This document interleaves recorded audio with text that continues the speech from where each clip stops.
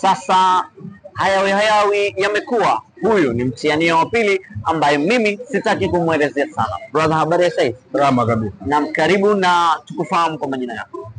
Kwa majina yangu naitwa Martin Samson Abduli. Natokea chuo cha NIT. Sawa kabisa. Hili ni jembe la Chaso kutoka NIT, na huyu ndiye mtiania wa nafasi ya mwenyekiti mkoa Dar es Salaam au Chaso. Na wewe kama mtiania sasa au kwa sasa una malengo gani na unatuahidi nini sisi wana Chaso tunaokutegemea? Kwa kwanza, lengo langu kubwa ni kuifanya Chaso kuwa platform kubwa.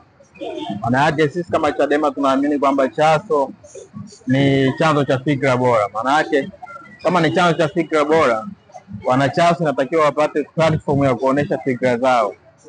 Sasa kama nchi yetu inahitaji mawazo mbadala, kwa hiyo tunatakiwa tuifanye Chaso iwawezeshe vijana wengi kuonesha fikra zao na kukuza vijana wengi kisiasa.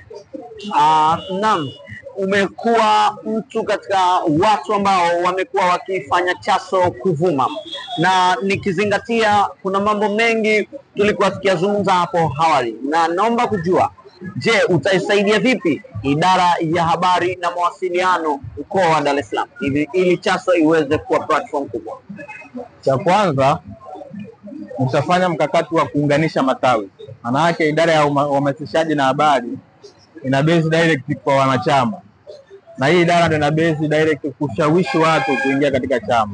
Cha kwanza, tutaunganisha matawi yote yaweze kufanya kazi kwa pamoja, kwa wenye viti na maafisa habari wote waweze kuwa wanakutana mara kwa mara na kupanga mikakati. Cha pili, tutafanya utaratibu wa kutafuta namba za masiara wote katika kila chuo, kwa sababu vyuo vyetu vina magrupu mbalimbali, na magrupu ya chatting na magrupu ya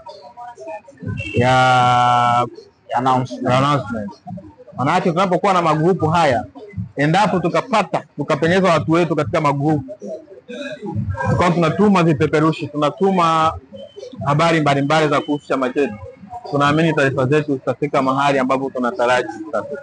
Na basi nikutakie mtanange mwema, na wanasema ukitaka kuruka agana na nyonga. Mimi na imani wewe umeagana na nyonga na utamu wa ngoma, ingia ucheze na imani tayari umeuonja utamu wa ngoma. Karibu sana, nikutakia mtanange. Nipo katika mashindano no reform no election. No reforms no election. Basi asante sana, nashukuru.